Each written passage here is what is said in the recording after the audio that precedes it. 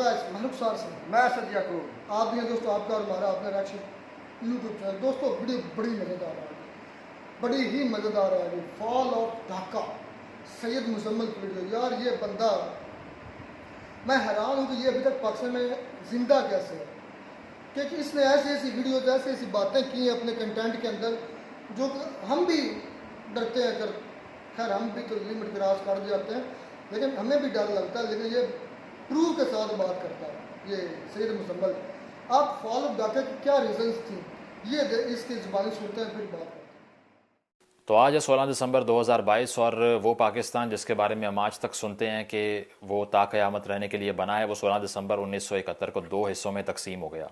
और अगर हम इसकी वजूहात की बात करें तो वो इतनी ज़्यादा हैं कि शायद वो घंटों कहानी सुनाऊँ तो ख़त्म ना हो, इसीलिए बहुत से फैक्ट्स नहीं नरेट किया जाएंगे इस वीडियो में। उसका मतलब ये नहीं कि उनको अवॉइड किया जा रहा है, मतलब ये कि एक शॉर्ट समरी में इतना ही पॉसिबल है। तो अगर देखा जाए तो मशरक़ी पाकिस्तान में पाकिस्तान की तहरीक के लिए बड़ी स्ट्रॉन्ग मूवमेंट थी। इनफैक्ट मुस्लिम लीग की बुनियाद वहाँ पड़ी थी।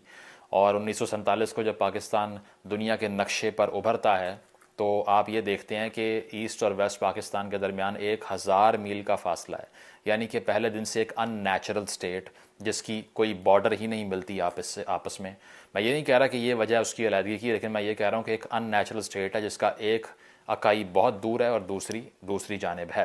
तो देखा जाए तो जिन्ना साहब की अपनी पॉलिसी से इसका आगाज़ होता है, क्योंकि 1948 21 मार्च को जिन्ना साहब ढाका में अंग्रेज़ी में ख़िताब करते हुए ये फरमाते हैं कि the state language of Pakistan is going to be Urdu and no other language, categorically denies the inclusion of Bengali as a national language. अब बात ये थी कि बंगाल उस टाइम का बड़ा नेशनलिस्टिक था और उनकी एक पूरी तवील तारीख़ थी, अपना कल्चर, अपनी तहज़ीब थी, अपनी ज़बान थी। तो पाकिस्तान के फाउंडर ने ढाका जाके, क्योंकि उनको उर्दू अच्छी नहीं आती थी, तो उन्होंने अंग्रेज़ी ज़ुबान में कहा कि उर्दू हमारी कौमी ज़ुबान होगी, जिससे उसी दौरान जो जलसा-ए-आम में अवाम खड़े हुए थे वहीं पे उन्होंने एहतजाज शुरू कर दिया। तो ये जो गम गुस्सा था बंगाली अवाम का वो बढ़ता गया और 1952 में वहाँ पर जो दंगे फसाद थे उसका आगाज़ हो गया, राइट्स शुरू हो गए और इसको लैंग्वेज राइटिंग भी कहते हैं। और इसी की तहरीक से अवामी मुस्लिम लीग इमर्ज करती है, जो कि बाद में 1955 में अवामी लीग के नाम से मशहूर हुई और उसका नाम बदला गया। तो बात यह है कि आप अगर देखें तो ये अवामी लीग जो कि बाद में बांग्लादेश की सेपरेशन की वजह बनती है और मूवमेंट चलाती है, शेख मुजीब जिसको हेड करता है, इसकी बुनियाद कहाँ है? कौमी ज़बान के मसले पे।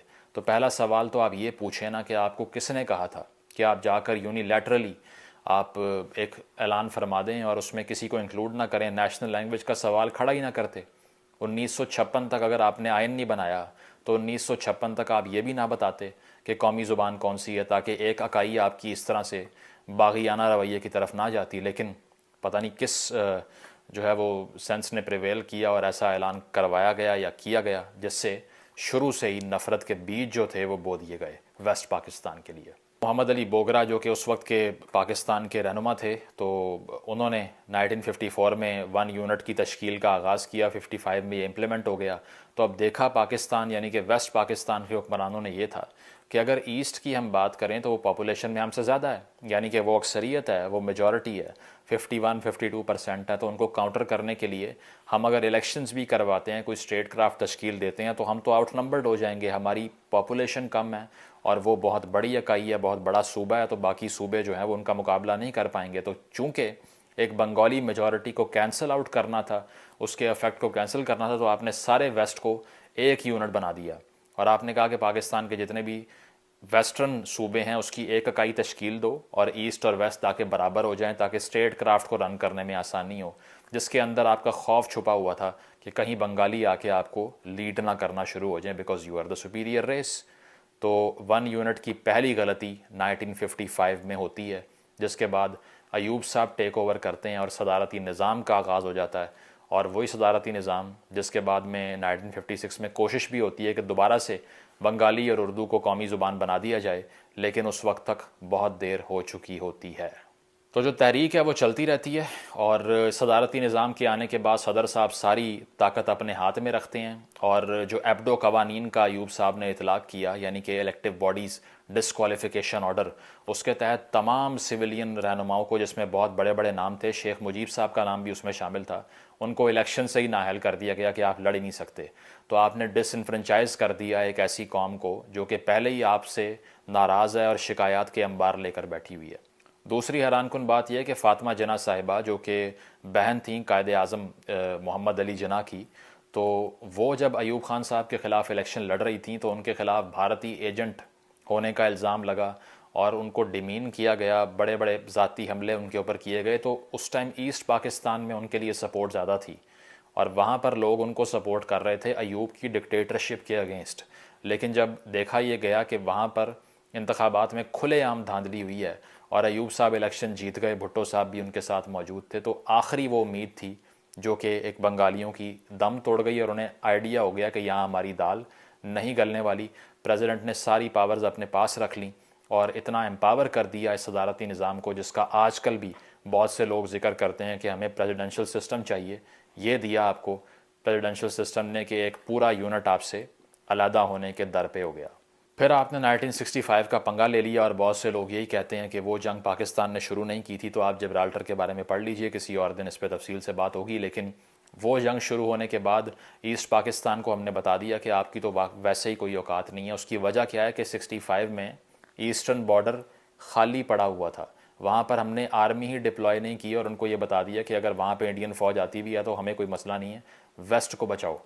और 80% पाकिस्तान की फ़ौज वेस्ट पाकिस्तान में स्टेशन थी, यानी कि 49% पाकिस्तान में 80% फ़ौज, 51% पाकिस्तान में सिर्फ 20% फ़ौज, जिससे आइडिया हो गया बंगालीज़ को भी कि हम सगे नहीं हैं इनके, ना ये हमारा सोचते हैं। इस दौरान सबसे बड़े जो ग्रीवेंसेस थे, जो मसाइल थे ईस्ट पाकिस्तान को हमसे, वो ये थे कि हमारा कैपिटल जो है वो यहाँ से निकल के वेस्ट पाकिस्तान में इन्वेस्ट होता है, क्योंकि शुरू से इंडस्ट्री जो थी वो वहाँ पर मौजूद थी और यहाँ पे तो कोई आज तक प्रोडक्शन हुई नहीं है सिवाय बच्चे पैदा करने के।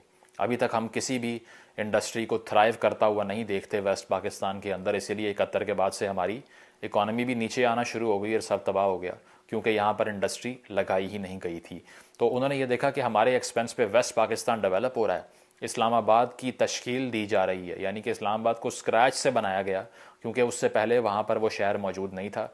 तो कैपिटल बनाने के लिए आपने ईस्ट पाकिस्तान से पैसा निकाल के इस्लामाबाद पे लगाया। इसी के लिए बंगालीज़ कहते थे कि हमें इस्लामाबाद की फ़ज़ा से पटसन की खुशबू आती है, यानी कि पैसे उनके, डेवलपमेंट वेस्ट पाकिस्तान में।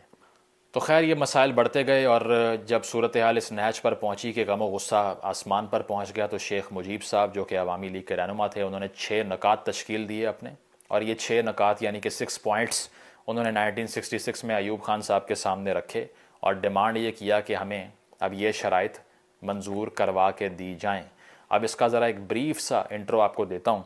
इस 6 में पहला नकात में से ये था कि ट्रू पार्लियामेंट्री डेमोक्रेसी, यानी कि पार्लिमानी निज़ाम में हुकूमत और जमहूरियत लेकर आएँ, प्रेसिडेंशियल सिस्टम को ख़त्म करें। सदारती निज़ाम ने सब तबाह कर दिया, आवाम को उनका हक़ नहीं मिल रहा, इसीलिए पार्लिमानी निज़ाम हो।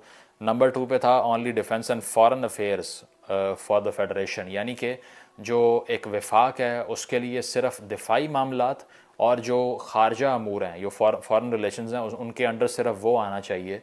इसके अलावा बाकी सारे मामलात सूबे के पास होने चाहिए, ताकि बंगालीज़ जो हैं वो अपनी हुकूमत खुद चला सकें, कम अज़ कम हर चीज़ इस्लामाबाद से बैठ कर ना हो। तीसरा मुतालबा का ये था कि जो कैपिटल का इनफ्लो हो रहा है, यानी कि जो पैसा ईस्ट पाकिस्तान से निकाल के वेस्ट पे ले जाया जा रहा है, उसको रोका जाए, ताकि हमारी जो वेल्थ है वो हमारी अपनी डेवलपमेंट पे लग सके। चौथा मुतालबा यह था कि जो टैक्स कलेक्शन का राइट है, यानी कि टैक्स इकट्ठा करने का हक जो है वो सूबाई इकाइयों के पास होना चाहिए, ठीक है, और उसमें से एक हिस्सा मुख्तस करें जो हमने वफाक को देना है, ताकि हम टैक्स इकट्ठा करें, वफाक को एक प्रपोर्शन जो गारंटी किया जाए वो हम उनको दें।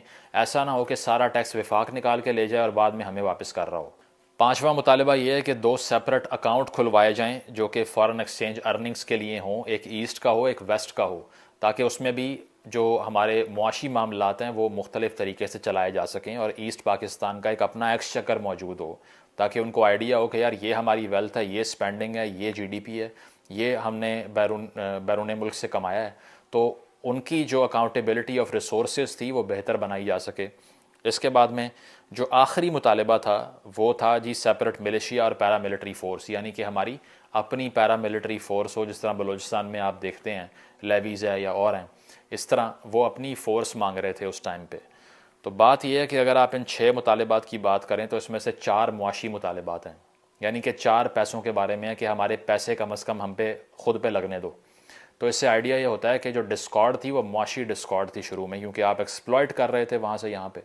तो उसके ख़िलाफ़ 4 नुकात थे, एक जमहूरियत के हक़ में था और छठा अपने डिफेंस के हक़ में था, क्योंकि आपने 65 वॉर में पूरा फ्रंट ही खाली छोड़ दिया था। अगर देखा जाए तो ये तमाम नुकात की जो स्पिरिट है ये बिल्कुल मिलती जुलती है 18वीं तरमीम से।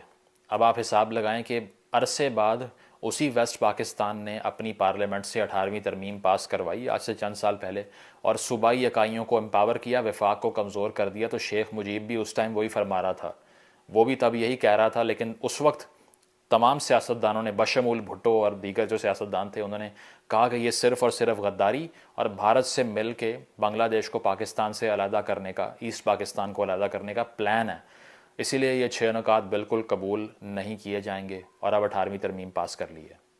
तो ये 6 नुकात लेके मुजीब साहब वापस जाते हैं ढाका, और उसके फ़ौरन बाद उनके ऊपर अगरतला साजिश का इल्ज़ाम लग जाता है, यानी कि वो हिंदुस्तान के शहर अगरतला पहुँचे, ये इल्ज़ाम लगा और कहा गया कि वहाँ पर उन्होंने ईस्ट पाकिस्तान की यानी कि मशरक़ी पाकिस्तान की हुकूमत को गिराने की साजिश की, और उस पर उन पर गद्दारी का मुकदमा चला, और 1968 में उनको इस मुकदमे की वजह से गिरफ़्तार कर लिया गया, और उसके बाद से वो जेल में ही रहे।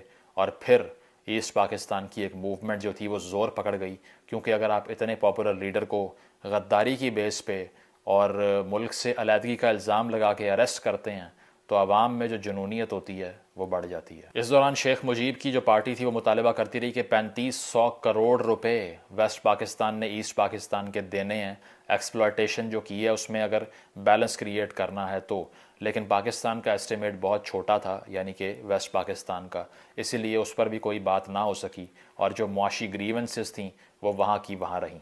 तो इसके बाद ये होता है कि वो भुट्टो साहब जिनको बड़ा असिस्ट किया, बड़ा हेल्प किया अयूब खान साहब ने, फ़ातिमा जना साहिबा के इलेक्शन के अगेंस्ट भी अयूब खान साहब का साथ दिया भुट्टो साहब ने, और उनकी काबीना का हिस्सा रहे, वही अयूब खान साहब के ख़िलाफ़ हो गए। उन्होंने पीपल्स पार्टी बना ली, और वेस्ट पाकिस्तान में भी भुट्टो साहब के लीडरशिप के अंदर अयूब के ख़िलाफ़ तहरीक चलना शुरू हो गई, और ईस्ट में तो वैसे ही चल रही थी जो कि अवामी लीग चला रही थी। दोनों तरफ से हमने ये देखा कि अयूब खान साहब की मकबूलियत बहुत कम हो गई, और उनकी प्रेसिडेंसी में कोई जान बाकी नहीं रही। तो अयूब साहब बुढ़ापे में पहुंच चुके थे और उनकी प्रेसिडेंसी कमज़ोर हो चुकी थी। जलसों में नारे लग रहे थे अयूब कुत्ता के, वो भी सुने उन्होंने, और उसके बाद उन्होंने फ़ैसला किया कि मैं अपने मनसब को अब फाइनली छोड़ दूँ मार्शल लॉ में 10 से ज़्यादा साल एंजॉय करने के बाद। तो 1969 यानी कि मार्च 1969 में उन्होंने फ़ैसला किया कि मैं अपनी सदारत से इस्तीफ़ा दे रहा हूँ, और करना ये चाहिए था कॉन्स्टिट्यूशनली कि वो नेशनल असम्बली के स्पीकर को इक़्तिदार वापस करते, ताकि वो आगे से फिर वो एक इंटरिम गवर्नमेंट बनाते और इलेक्शन करवाते। लेकिन हैरानकुन तौर पे उन्होंने आर्मी चीफ को अपना ये ओहदा जो था वो दे दिया, और याह्या खान साहब को, आप हिसाब लगाइए कि ट्रांसफ़र ऑफ पावर एक मिलिट्री मैन दूसरे मिलिट्री मैन को कर रहा है। तो शायद उससे पहले कोई जमहूरी हुकूमत ने किसी दूसरी जमहूरी हुकूमत को इक़्तिदार नहीं सौंपा होगा, लेकिन एक फ़ौजी हुकूमत ने डिलीवर कर दिया इक़्तिदार एक और फ़ौजी हुकूमत को। इसकी वजह यह भी है कि नेशनल असम्बली का स्पीकर एक बंगाली था। जाने से पहले अयूब साहब अपना ही आइन मुअत्तल करके चले गए, क्योंकि उनको मालूम था कि उसमें सदारत की जो कुर्सी है उसमें बहुत ज़्यादा ताकतें हैं। तो अगर कोई बंगाली सदर बन गया इस आइन के तहत तो फिर तो वेस्ट पाकिस्तान की नहीं चल सकेगी। तो इसीलिए अपने कॉन्स्टिट्यूशन को ही फाड़ के चले जाओ, और ये वो करके गए। तो इस वक्त तक हमने देखा कि जो 1 यूनिट स्कीम थी उसके तहत पाकिस्तान गवर्न होता रहा, लेकिन 1970 में आके याह्या खान साहब ने 1 यूनिट ख़त्म किया, LFO लेकर आए अपना, और उसके बाद इंतखाबात की बात का आगाज़ होना शुरू हुआ। तो अब सूरत हाल ये थी कि भुट्टो साहब के पास इस तरफ अक्सरियत थी और उस तरफ शेख मुजीब के पास अक्सरियत थी, और भुट्टो साहब के पास तो ईस्ट पाकिस्तान में कोई उम्मीदवार भी नहीं था खड़ा करने के लिए, ना किया उन्होंने। मुजीब ने फिर वेस्ट पाकिस्तान में कुछ उम्मीदवार खड़े किए थे। तो 1970 में ये इलेक्शन होता है, और इस इलेक्शन के अंदर धांधली की कोशिश भी होती है, और कई जगहों पे इरेगुलरिटीज़ भी हैं। बहुत से लोगों में अवाम में तासुर ये है कि बिल्कुल शफाफ थे, नहीं बिल्कुल शफाफ नहीं थे। पाकिस्तान के पहले ऐसे इंतखाबात थे जो शायद थोड़े से अनडिस्प्यूटेड रहे हों, लेकिन धांधली की साजिश तब भी की जा रही थी जो कि कारगर साबित नहीं हुई। वो किसने की वो आपको एंड पे बताएंगे।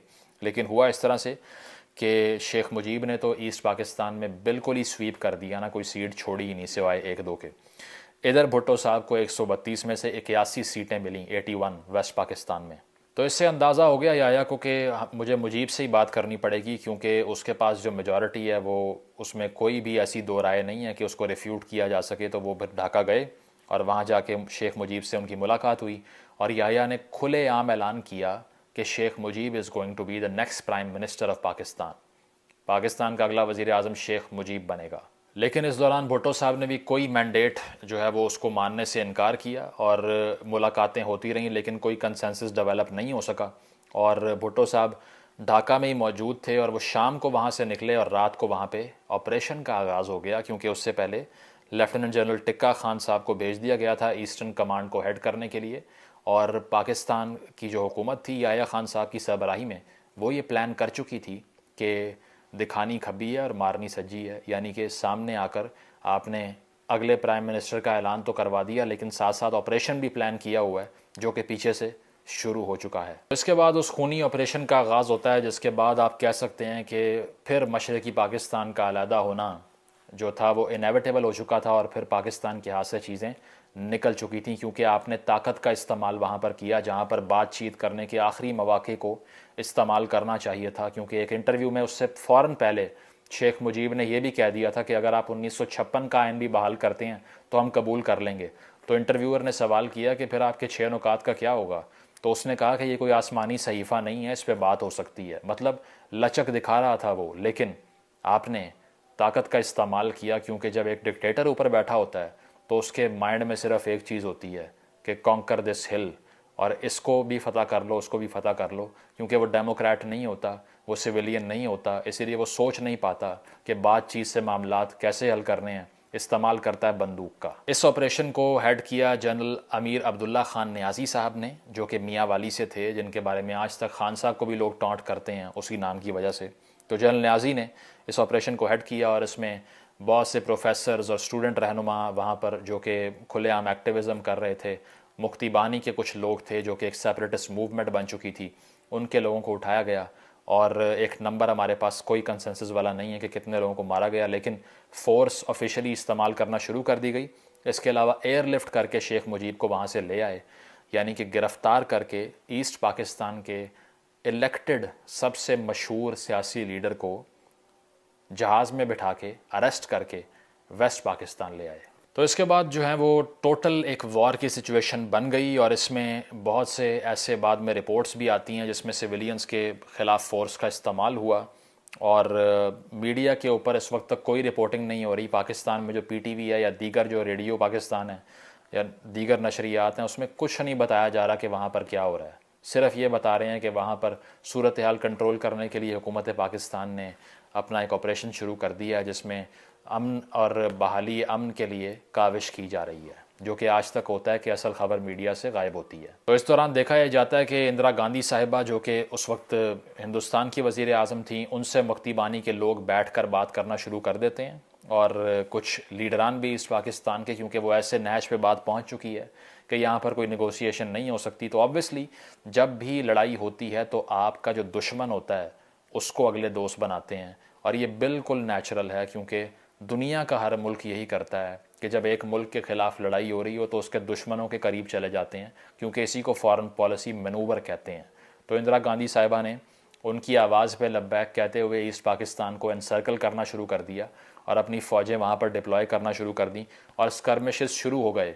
यानी कि जो मशरक़ी पाकिस्तान वाला बॉर्डर था उस पर लड़ाई हल्की फुल्की शुरू हो गई। फुल स्केल वॉर नहीं थी अभी, लेकिन वहाँ पर मुक्ति बानी और हिंदुस्तानी फ़ौज के कुछ लोग, उनकी और पाकिस्तान की जो जंगी सूरत हाल थी उसका आगाज़ हो चुका था। अब बात ये थी कि एक तरफ मुक्ति बानी और हिंदुस्तानी फ़ौज का गठजोड़ हो चुका था और दूसरी तरफ पाकिस्तान की फ़ौज थी जिसके पास वहाँ पर ना कोई नेवल सपोर्ट थी और ना एयर सपोर्ट थी। सबसे बड़ी बात उसकी वजह कि आपके पास एरियल रूट तो है ही नहीं, क्योंकि एक पहले जहाज़ हाईजैक हुआ था हिंदुस्तान का, उसको पाकिस्तान में उतारा गया था और उस जहाज़ के हाईजैकर्स को मिलने के लिए और उनका जो है ना वो हौसला बढ़ाने के लिए भुट्टो साहब मिलने गए थे। बाद हिंदुस्तान के ऊपर से परवाज़ करनी थी आपने, वो तो बंद हो गई और इसकी वजह से एरियल सपोर्ट पाकिस्तान के पास है कोई नहीं। आपके पास कोई इतनी लंबी चौड़ी मिलिट्री हार्डवेयर नहीं थी जिसको आप इस्तेमाल करते। तो 3 दिसंबर को याह्या साहब ने यह फ़ैसला किया कि अब भारत में डायरेक्ट हमले करने का टाइम हो चुका है। तो फिर उन्होंने इंडियन एयरफील्ड्स में जो है वो जाकर एरियल अटैक किए और उसके बाद फुल स्केल वॉर का आगाज़ हो गया। इस दौरान पाकिस्तान को उम्मीद ये थी कि हम अमेरिका और चाइना दोनों की सपोर्ट हासिल कर लेंगे, क्योंकि अमेरिका चाइना को करीब लाने के लिए हमने किरदार अदा किया। क्योंकि हेनरी किसिंजर जो कि फॉरेन सेक्रेटरी था अमेरिका का, उसका दौरा करवाया था चीन में पाकिस्तान की मदद से। लेकिन हुआ ये कि आपने ये वाले जो ताकत का इस्तेमाल किया और जो जेनोसाइड करने की कोशिश कर रहे थे आप वहाँ पे, उसके बाद आपको किसी भी इंटरनेशनल पावर ने भी सपोर्ट करने से इनकार कर दिया और आप अकेले रह गए। इस दौरान भुट्टो साहब को हमने एज एन एम्बेसडर और शोला बयान तकरीर करने वाले के तौर पे, एक पॉपुलिस्ट के तौर पे बाहर भेजा हुआ था, जो कि अमेरिका में बैठ के यूएन के अंदर तकरीरें करें, हमारा केस प्रेजेंट करें, जिसमें वो माहिर थे। एक गिमिक्री करनी आती थी ना उनको, और उनको डेमागॉग भी कहा था निक्सन ने, बिल्कुल ठीक। तो वो इसीलिए कहा था कि वो मैनूवर करने में या फिर तकरीर और शोला बयानी में तो उस्ताद थे ना। तो उन्होंने वहाँ पर कागज़ फाड़ के हवा में फेंके और कहा कि we'll go back to the country, we will fight. और ये करते हुए जो शायद यूएन दोनों को बिठा के कोई सीज़ फायर करवा देती, उससे भी गया पाकिस्तान। और इतना लंबा जनरल नियाज़ी साहब भी नहीं लड़ सके, जिनके सेकंड वर्ल्ड वॉर के किस्से इतने मशहूर थे कि उनको लाइन कहते थे कि ये शेर का बच्चा है और ये वो है, ये वो है। लेकिन जाके जनाब ने जैसे ही बात की हिंदुस्तानी फ़ौज ने कि अगर आप सरेंडर करते हैं तो आपको मुक्ति बानी के हवाले नहीं करेंगे, जनाब ने फ़ौरन बंदूक लेके अपनी लेफ्टिनेंट जनरल जगजीत सिंह अरोरा के कदमों में रख दी। तो जनरल नियाज़ी के पास उस वक्त भी तकरीबन 2 से 3 हफ्ते की फ़ाइटिंग कैपेबिलिटी मौजूद थी, जिसमें ये उम्मीद थी कि शायद उस दौरान कोई इंटरनेशनल मीडिएशन हो जाए और सीज़ फायर हो जाता। लेकिन जनरल नियाज़ी ने 2 मिनट नहीं लगाए और सरेंडर कर दिया वहाँ पे। और इवन के जनरल जगजीत सिंह जो थे उनको उन्होंने वहाँ पर गार्ड ऑफ ऑनर भी दे दिया। तो इसके बाद बांग्लादेश का क़याम अमल में आ गया और शेख मुजीब, जो कि जड़ांवाला रोड पे फैसलाबाद में मौजूद एक जेल के अंदर कैद थे, उनको वहाँ से जनवरी 1972 में छोड़ दिया गया। वो वहाँ से लंदन गए और वहाँ से वो अपने मुल्क बांग्लादेश में लैंड किए, जहाँ पर लाखों करोड़ों अवाम उनके इस्तकबाल के लिए मौजूद थी। तो इस दौरान भुट्टो साहब को भी कहा गया कि बड़ी तकारीर आपने कर ली हैं, बड़ी फिल्में चला ली हैं, अब आप वापस आ जाएं। तो यूएन से भुट्टो साहब वापस आ गए और पाकिस्तान के पहले civilian chief marshal law administrator CMLA बन गए। तारीख रकम कर दी भुट्टो साहब ने। तो उसके बाद में भुट्टो साहब ने एज अ प्राइम मिनिस्टर हल्फ उठाया और इलेक्शन की बेसिस पे तो वो नहीं था, लेकिन फिर भी कोई कंसेंसस नहीं था ऐसा कि कोई और उनके खिलाफ हो सकता है, इसीलिए वो पाकिस्तान के वज़ीर आज़म बन गए। इस दौरान 90,000 पाकिस्तानी कैदी हिंदुस्तान की जेलों में पड़े हुए थे, जिसमें फ़ौज के साथ साथ सिविलियन लोग भी थे। और इनमें फ़ौजी कितने थे उसका एक्चुअल नंबर तो नहीं है, लेकिन तकरीबन टोटल 90,000 लोग कैद थे हिंदुस्तानी जेलों के अंदर, जो कि बाद में शिमला अग्रीमेंट से भुट्टो साहब ने 1972 के वस्त में वहाँ से रिहा करवा लिए, जो कि बड़ी कामयाबी थी। तो बहुत से फ़ौजियों को पाकिस्तान वापस लाने में किरदार था भुट्टो साहब का, और ये वही भुट्टो साहब हैं जिनको इस 1972 के 5 साल बाद ज़िया साहब ने मार्शल लॉ लगा के लटका दिया। भुट्टो साहब ने इसके बाद वादा किया कौम से कि मैं एक इंडिपेंडेंट इंक्वायरी करवाऊंगा कि इसमें किसका कसूर है कि पाकिस्तान को ऐसी हजीमत का सामना करना पड़ा, ऐसी शर्मिंदगी हुई है कि हमारा आधा मुल्क टूट गया है और हज़ारों लोग मरे हैं और इसके बाद हमारी फ़ौज को पसपाई हुई है।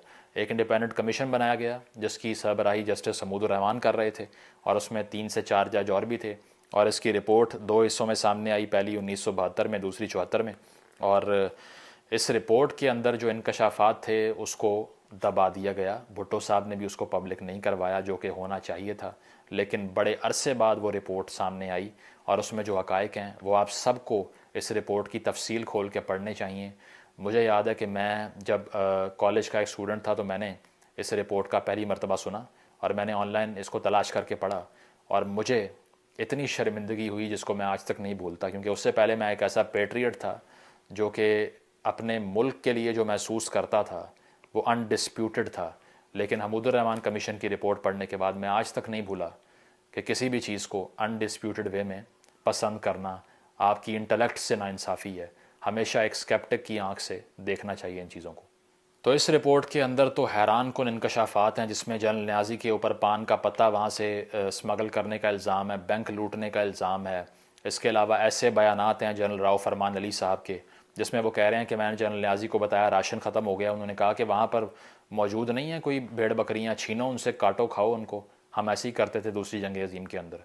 इसके अलावा क्या क्या बताएं आपको, ऐसे भी हक़ाइक़ हैं जो कि शायद बोलना अलाउ ना हो, लेकिन जेफरी डेविस एक डॉक्टर थे ऑस्ट्रेलियन जिनको यूएन ने बुलाया था ढाका में, क्योंकि बहुत सी ऐसी ख़वातीन थे जिनके अबॉर्शन करवाने थे, तो वो लाखों में वो नंबर देते हैं जिनके अबॉर्शन हुए थे वहाँ पे। अब इस नंबर में एग्जैजरेशन भी हो सकती है, लेकिन वो किताब आप पढ़ सकते हैं जो कि जनरल खादिम हुसैन की थी, जिसमें जो कि इस जंग में शरीक थे। किताब का नाम है stranger in my own country. उस किताब में वो लिखते हैं कि जनरल न्याजी ने एक मिलिट्री ब्रीफिंग के अंदर ये कहा कि मैं इन बंगालियों की नस्ल बदल दूंगा, और ये सुन के एक बंगाली अफसर थे जो कि वाहिद अफसर थे टॉप टियर लीडरशिप के अंदर उस वक्त पाकिस्तान के, उन्होंने बाथरूम में जाके अपने सर में गोली मारकर ख़ुदकुशी कर ली। तो इस रिपोर्ट के अंदर अगर देखा जाए तो जनरल न्याजी, राव फरमान अली और दीगर जो कुछ जर्नैल थे उनके ऊपर स्मगलिंग के इल्ज़ाम लगे। इसके अलावा कार्रवाई का इल्ज़ाम, यानी कि कोर्ट मार्शल का जो रिकमेंडेशन थी वो दी गई कि 6 अफसरान के ख़िलाफ़ कोर्ट मार्शल किया जाए। इसके अलावा 9 जर्नलों के ख़िलाफ़ कार्रवाई की सिफारिश की गई ताकि उनकी मराहत वगैरह छीन ली जाएँ, क्योंकि उन्होंने भी नेगेटिव किरदार अदा किया। और इस तरह से तकरीबन 15 जर्नलों के नाम इसमें शामिल थे जिनके ख़िलाफ़ कार्रवाई की सिफारिश हुई, लेकिन ये रिपोर्ट ही सामने नहीं आई। और इसमें किसी भी सिविलियन का सिवाय एक के मेरा ख्याल है कोई नाम नहीं था। और इन जर्नलों के अंदर जनरल ग़ुलाम उमर भी शामिल थे, असद उमर साहब और ज़ुबैर उमर साहब के वालिद साहब, जिन पर इल्ज़ाम ये था कि इन्होंने कुछ पैसे 1970 का इलेक्शन की जो रिज़ल्ट हैं उसको तब्दील करने के लिए सियासतदानों में बांटे थे, मैनूवर मैनिपुलेट करने के लिए, लेकिन वो हो भी नहीं सका और जनाब ने कोशिश भी कर ली थी अपनी। तो जनाब ये सारा किस्सा था, इसमें बहुत से हक़ाइक़ और भी होंगे, लेकिन एक सबक सीखने को ये था कि जब आप मैंडेट को सप्रेस करते हैं ताकत से और बैलेट के ख़िलाफ़ बंदूक का इस्तेमाल करते हैं तो आपके ख़िलाफ़ ऐसी इनकलाबी तहरीक चल सकती हैं जिसमें पूरे के पूरे ख़ित्ते आपसे अलहदा हो सकते हैं। और इससे सबक ये सीखना था कि दोबारा से हमूद रहमान कमीशन की रिकमेंडेशंस के अंदर लिखा हुआ है कि सियासत में फ़ौजी मुदाखलत ने सब बर्बाद कर दिया। अगर ऐसा होता रहा तो पाकिस्तान को नुकसान पहुंचता रहेगा। और आपने ये सारी सूरत हाल में एक्सप्लॉयटेशन देखी, रिसोर्सेज वहाँ पर अनजस्ट तरीके से निकाल के यहाँ पर लगा लेना, जो कि हम दीगर सूबों से अब भी कर रहे हैं। इसके अलावा ये देखा कि उनके मैंडेट को रिस्पेक्ट ना करना, वहाँ पर जो है वो ओवरली मिलिट्री प्रेजेंस रखना, इसने पाकिस्तान को ऐसा नुकसान पहुंचाया जो नाकाबिले तलाफ़ी था। लेकिन उससे सबक ये सीखा कि अभी रिसेंटली 1 महीना भी नहीं हुआ इस बात को कि जनरल बाजवा ने तकरीर करते हुए कहा कि ईस्ट पाकिस्तान का फेलियर एक सियासी फेलियर था। हमूद रहमान कमीशन की रिपोर्ट के अंदर तकरीबन 20 जर्नलों के नाम हैं जिनके खिलाफ कार्रवाई का हुक्म है, लेकिन फेलियर सियासी था। इसका मतलब ये है कि हम सबक नहीं सीख रहे। इसका मतलब ये है कि हम आज तक जो एट्रॉसिटीज़ कमिट की हैं उसको एक्नॉलेज नहीं करते। और अगर जर्मन चांसलर ऑस्ट्रिच में जाके, जहाँ पर डेथ कैंप बनाए थे नाजीज़ ने, वहाँ पर घुटनों पे बैठ के माफ़ी मांग सकता है, तो आप भी एक्नॉलेज कर सकते हैं जो मुशर्रफ साहब ने किया। और मुशर्रफ साहब गए वहाँ पर और उन्होंने माजरत भी की, लेकिन वो ऑफिशियल नहीं हो सकी। बहरहाल एक एक्नॉलेजमेंट थी क्योंकि वो वहाँ पर जो यादगार शहदा थी बांग्लादेश में, उधर गए थे ढाका के अंदर। तो इससे सबक ये लेना चाहिए था कि आइंदा से पाकिस्तान की जो रियासत थी वो अपना इन्फ्लुएंस कम करती। और 18वीं तरमीम आपने इवेंचुअली की, लेकिन उसको भी रिवर्स करने की आज पाकिस्तान में बातें हो रही हैं। और आज फिर से सदारती निज़ाम के हामी उभर के सामने आ गए हैं, इमरान खान साहब की शक्ल में, या फिर इससे पहले की जो इस्टेब्लिशमेंट थी, इससे पहले वाली पॉलिसीज़ को जो परसू कर रही थी उसकी शक्ल में। तो अगर आपने सबक सीखना है तो वो सबक ये है कि जमहूर को रिस्पेक्ट करें, मैंडेट को रिस्पेक्ट करें, जहाँ की दौलत है वहाँ लगाने दें, डेवलपमेंट के अंदर बाइस्ड मत हों और कोई रेशियल सुपीरियॉरिटी असर्ट मत करें। अदरवाइज़ ये पाकिस्तान जो कि बचा है ये मज़ीद टुकड़ों में बट सकता है। Thank you.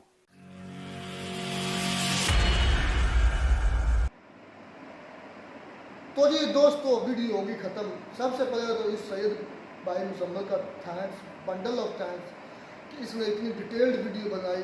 जब ये बात करता है तो मैं गौरव राठी की बिल्कुल एक सेम टू सेम की कमीशन नजर आती है।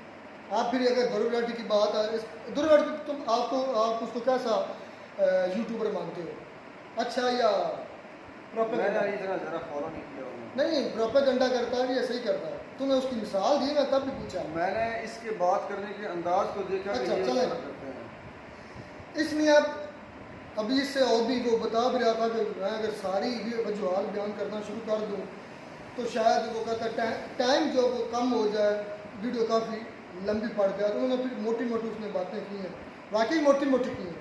अभी तो हमूद रहमान कमीशन जो बुक शाया हुई है, जो हमूद रहमान साहब ने पब्लिश की थी या लिखी थी, वो पाकिस्तान के लोगों को पढ़ाई जाए ना, सच्चाई वो है। हमीदुर्रहमान कमीशन, इस पर बात अपना इमरान खान साहब भी कर चुके हैं कि हमीदुर्रहमान कमीशन पढ़ो तो किस तरह आपके जनरल्स और कर्नल्स ब्रिगेडियर्स ने आप मुल्क को तोड़ा, अब सिर्फ अपनी अना और गरूर की खातर, अपनी मैं की खातर। तो यार ये ब्लडी सिविलियन हमारे सामने बोलते हैं। ये सारे फौजियों का यही माइंड सेट है। मैंने रिसेंटली, मुझे इससे मोहर लग गई है, मैंने जब वो एक ब्रिगेडियर की वीडियो देखी मुझे मोहर लग गई है। पहले तो यकीन था, उस पर अब स्टैंप हो चुकी है।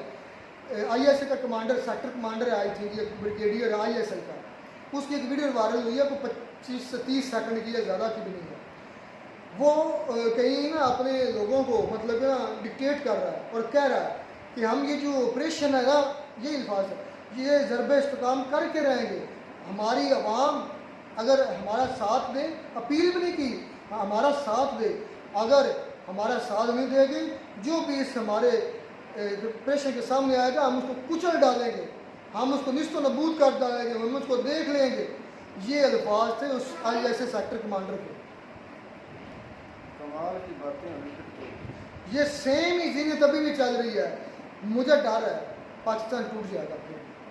पाकिस्तान, मुझे डर है पाकिस्तान यार, टूट आवाम में बड़ा फर्क है। उस वक्त आवाम इतनी मतलब कि ना शऊर नहीं था आवाम को, शऊर नहीं था। ना को मीडिया के बारे में, ना को मतलब कि जो वो लोग बाहर नहीं आते थे, वो लोग नारेबाजी तक रहते। आपको लगता है कि नारेबाजी इन बन्नू में क्या चल रहा है? वो सिर्फ एहतजाज था महंगाई के खिलाफ, उस पर फायरिंग किसने करवाई है? वो जाकर पढ़ो, वो हमारे बूटों ने उन पर प्रेशर डाला। यार फर्क तो है ना। देखो बलूचिस्तान में अफगानिस्तान के झंडे लेकर वो खड़े हैं, कितना कुछ बवाल कर रहे हैं, क्या उनके सब कुछ हुआ है? हो रहा है, उनके बच्चों को तो उठाया जा रहा है। यार कहाँ से बात कर रहे हैं? इतना बड़ा मजला मतलब इजलास था, उसमें कहीं तुम्हें कोई आर्मी वाला, कोई सरकारी एहलकार नजर आ रहा है? असद भाई ऐसे बातें नहीं छुपती थी। अच्छा, एक बड़ा अहम पॉइंट नजर में आ गया, हमारे या हम पाकिस्तानियों को एक बहुत भयंकर किस्म का लॉलीपॉप दिया जाता है। वो लॉलीपॉप क्या है कि ये ला इलाहा इल्लल्लाह की बुनियाद पर बना है मुल्क, ये ता क़यामत रहेगा, ये टूटेगा कभी भी नहीं, ये गज़वा हिंद करेगा, यहाँ से इस्लाम का झंडा बुलंद होगा, यहाँ से इस्लाम की बुलंदी होगी। हुआ क्या? 25 साल 47 में हम अलग हो रहे हैं इंडिया से, 47 और 78 में हम चले गए, 24-25 साल बाद तो हमने मुल्क तोड़ दिया। फिर हमारा वजूद मुल्क हमने तोड़ दिया, किसने तोड़ा? हमारे जर्नैल्स ने तोड़ दिया मुल्क, एक मरतबा फिर कहना किसने तोड़ा? हमारे जर्नैल्स ने। जर्नैल ने तोड़ दिया। अब बात आ जाती है सन 1971। तो हमारा वो लॉलीपॉप जो गंदा लॉलीपॉप था, मैं वही बात तुम्हारे मुंह से निकालना चाहता था। सन 1971 में जब ये मुल्क अलग होता है, बनाने वाले का क्या नाम 71 में अलग होता। सन 1971 की जंग के बाद ये बांग्लादेश में जाता है। हाँ, तो मेरे भाई बनाने वाले का क्या नाम था? शेख मुजीबुर रहमान। उसकी मौत कैसे हुई तुम्हें पता है? पता नहीं, मुझे नहीं पता कैसे। उसकी मौत उसी के लोगों के हाथों से गोलियों से हुई थी। उसकी मौत जर्नलिस्ट की वजह से हुई। यार बांग्लादेश इन के लोगों ने मारी। जंगल में, जनरल तो रह गए पाकिस्तान में। कि उधर फौज नहीं बनी बात। जब मुल्क अलग हो गया तो उनकी अलग अपनी फौज थी ना, कौन सी यहाँ से जो फौज थी? अरे तुम साबित ये बात से क्या करना चाहते हो? शेख मुजीबुर यार, रहमान गलत था। मेरी बात सुनो। इंदिरा गांधी कैसे मारी गई? गोलियों से। शेख मुजीबुर रहमान कैसे मारा गया? गोलियों से। ठीक है, लियाकत अली खान कैसे मारे गए? गोली लगने से। जुल्फ़िकार अली भुट्टो फांसी लगे तो बेनज़ीर कैसे यार मारे क्या गए? ना गोली क्या से। चाहते हो? जल्दी यार बोलो। बात करने का पर्पज़ ये है कि जिन लोगों ने भी मुल्क को तोड़ने में, फसाद में हिस्सा लिया था, वो अपने अपने हिस्से मारे गए मेरे भाई, अपने अपने इख्तिताम पर पहुंचे। इंदिरा गांधी को गोली लगी, क्या उसने भी कोई फसाद किया था? उसने ये फसाद किया था 1971 में। वही कैसे? वज़ीर आज़म थी कैसे इंडिया की जिसने हिस्सा लिया उसने था। कैसे फसाद किया? तो मुफ्ती मेरे भाई बानी, वही इंटर हुए थे ना जब इंडिया की मुफ्ती फौज बानी लेकर- के लोग आए थे ना, मैं ये मुझे पता था तुम ये सवाल उठाओगे। मुफ्ती बानी आए थे कि इंदिरा गांधी गई थी कि जाओ मैं आपकी मदद करती हूँ। मुफ्ती बानी आए, बांग्लादेश के लोग खुद आए चल कर उसके पास, तभी इंदिरा उसने गांधी उनकी की मदद की सबसे ना। बड़ी वजह थी फायर लगने की। जो सिख कम्युनिटी थी ना, उस पर बहुत ज़्यादा यार आप कहीं और जा रहे हैं। मैं बात ये कर रहा हूँ, इंदिरा गांधी जी के पास मुफ्ती बानी चल कर आए, इंदिरा जी के पास बांग्लादेश के लोग चल कर आए। इंदिरा गांधी नहीं गई थी कि मैं आओ मैं आपकी मदद करती हूँ। उन्होंने उसको पुकारा, उसको मदद के लिए हेल्प के लिए कहा कि हमारी हेल्प करें, तो फिर कोई भी इंसान के नाते हेल्प कर, उन पर जुल्म हो रहा है, उन पर जुल्म, उनकी बच्चियों पर रेप, इंसानियत के नाते नहीं। 4 ये मैं लाख, बात नहीं मानूंगा। मैं बताता हूँ जुल्म हो रहा है, मैं ये बात जुल्म नहीं हो रहा है, मानूंगा। उनके बच्चों 4 लाख बच्चों का रेप हो जाता है, 30 लाख बांग्लादेशी मारे जाते हैं। आपका जनरल टिक्का खान और आपका न्याजी बैठ कर कहता है कि हम इनकी नस्ल बदल देंगे। मैं यही बात कहता हूँ, वो इंसानियत की खातर नहीं गए थे, वो अपनी भड़ास निकालने के लिए गए थे वाह रे वाह। पाकिस्तान से। अपनी भड़ास, उनको कोई मौका चाहिए था कि हम किसी तरीके से इन दोनों मुल्कों के हमारे अंदर जो बाउंड्री हमारी है, ये मुल्क को तोड़ कर अलग करें मेरे भाई। अच्छा, एक और बात मुझे बड़ी हैरत हुई, कायदे आज़म मोहम्मद जिन्ना की बात का। चेक करें, वो हमारा लीडर था, मैं उसको बुरा भला नहीं कहूँगा, चेक करें, सोच चेक करें, वो ढाका में खड़े होकर जहाँ लोग क्या बोलते हैं। और आपको ये बात बताओ, तुम्हें पता हमारी मुस्लिम लीग कहाँ बनी थी? पता कहाँ बनी थी? ढाका में। तुम्हें पता सबसे ज़्यादा सियासत या पाकिस्तान को, यानी कि ये पाकिस्तान बनने में किन लीडरान का ज़्यादा हाथ था? ढाका, यानी कि बांग्लादेश के लोगों का, बंगाली। और ये जो पंजाबी है, ये पख्तूनी है, इनको तो होश ही को नहीं थी। सियासत जो असल खेल, मुझे सब पता है भाई, सारा बात असल मैं आता हूँ उधर ही, असल जो सियासत थे ना, वो ढाका के लोग थे, वो बांग्लादेशी लोग थे, बंगाली बंगाल थे। की सबसे ज्यादा अच्छा। रोल कर रखी है ना मेरे भाई, तो वो मेरे भाई इंडियन सिख थे। अच्छा, जिन लोगों ने ये सारा मेरा जो मेन पर्पज था, खराब मैंने कर कायदे आज़म से शुरू किया कि कायदे आज़म हमारे लीडर थे, उनको लेकर आने वाले बांग्लादेशी थे, उनको मनाने वाले बांग्लादेशी थे, उनको सियासत में इन करने वाले बांग्लादेशी थे। मुस्लिम लीग रखा। बनाई। बांग्लादेश से मेरी सुन ले बात, इसकी हिस्ट्री पढ़ो, तुम्हारी मुस्लिम लीग बनती कहाँ है, तुम्हारे कायदे आज़म कैसे आते हैं, तुम्हारे यार, इलामा बात के तो बाद मुख्तसर करो, मैं तो मुझसे जवाब करता देने हूँ, लगा हूँ। मैं जवाब। कायदे आज़म ढाका में खड़े होकर, जहाँ मुस्लिम लीग बनी है, जिन्होंने कुर्बानियाँ दी पाकिस्तान बनाने में, वहाँ खड़े होकर कहता है कि आज से हमारी नेशनल लैंग्वेज उर्दू है। और मज़ेदारी की बात कि वो खुद किस लैंग्वेज में बात कर रहे हैं? इंग्लिश में। वाह रे कायदे आज़म साहब, इंग्लिश में बोलकर उर्दू इम्पोज कर रहे हैं उन पर, बंगालियों की जगह पर खड़े। कितना बड़ा तजाद है। अच्छा, इसकी मैं मिसाल देता हूँ आपको। इंडिया में कितनी लैंग्वेज नेशनल्स हैं? एक ही है। बोली कितनी जाती है? बोली तो काफ़ी जाती है। तो फिर क्या सबको एक एक मतबा दिया जाए? और यार जो बंगाली थी ना, तो यार तुम बात नहीं समझ रहे, मैंने तो समझा दी।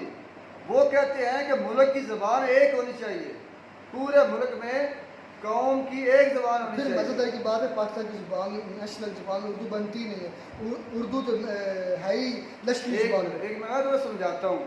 मिसाल, बंगाली ज़बान आ जाती है नेशनल पाकिस्तान की, बननी वो चाहिए थी। यार बन जाती है। मिसाल ले लो, यहाँ के लोगों को बोलनी नहीं आती, वो तो फिर भी कुछ माड़ी मोटी उर्दू लश्करी ज़बान थी, वो बोलनी आती थी उन बंगालियों को। इनको तो बिल्कुल नहीं बोलनी आती थी। बंगालियों को नहीं आती थी उर्दू।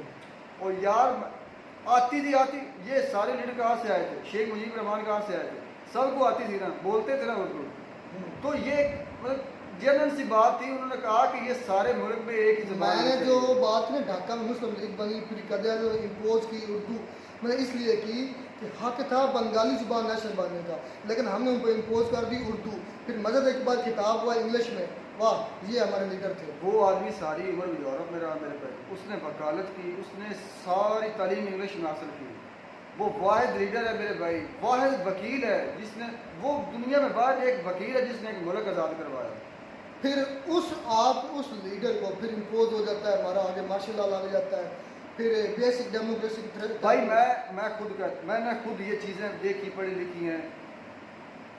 जो है ना कायदे आज़म, उन्होंने खुद, जो उस वक्त के जर्नल थे, मुझे नहीं याद उनका नाम, उनको खुद बुलाकर कहा कि मुझे ऐसा शुबा होता है कि आप सियासत में दिलचस्पी लेते हैं। यही यूब खानी थे। हाँ जी, तो आप सियासत में ना आए, आपका काम है सिक्योरिटी का, आप सिक्योरिटी का इदारा है आपका का, आप वो काम करें।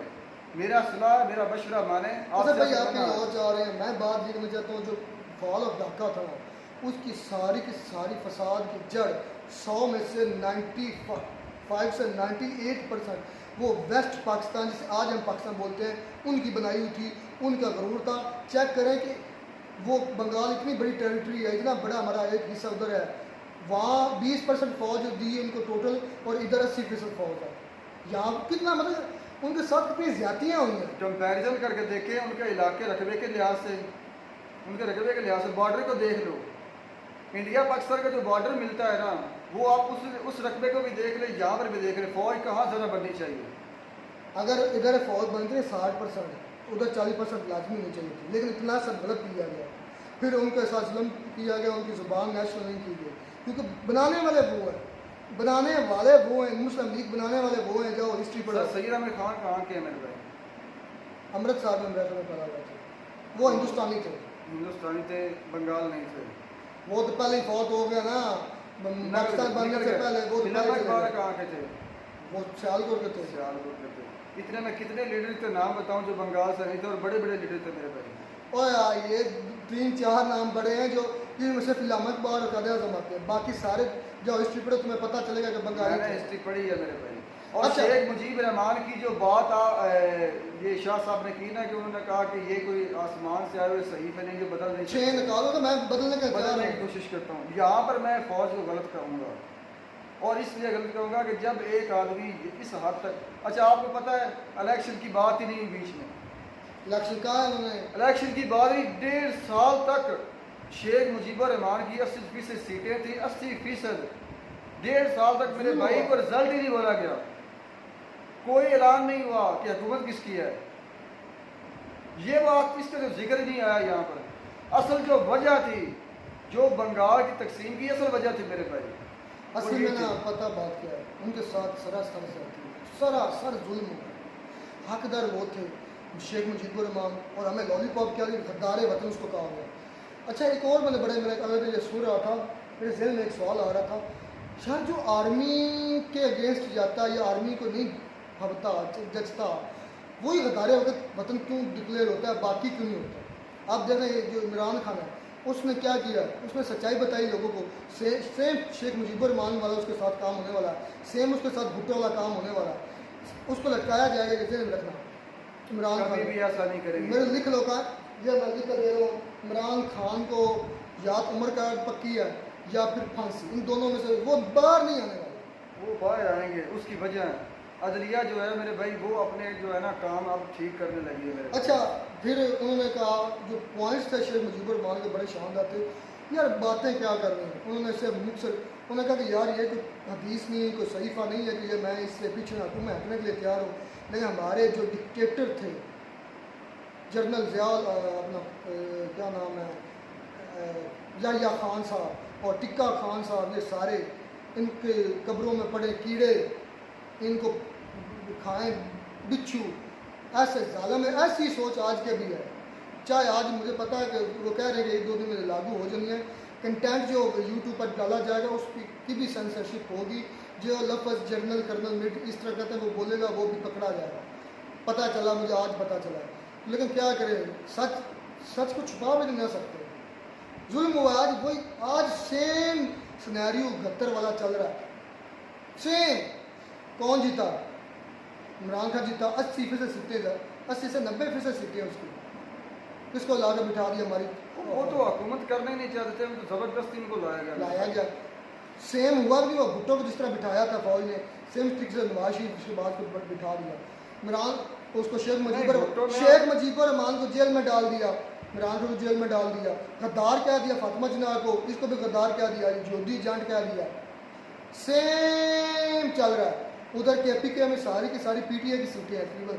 अब KPK इलाज लहदा हो जाए, अगर नहीं इंसाफ होता, KPK इलाज लहदा हो जाए तो क्या कर लेगी हमारी फौज, छितर पड़ेंगे उधर से इनको।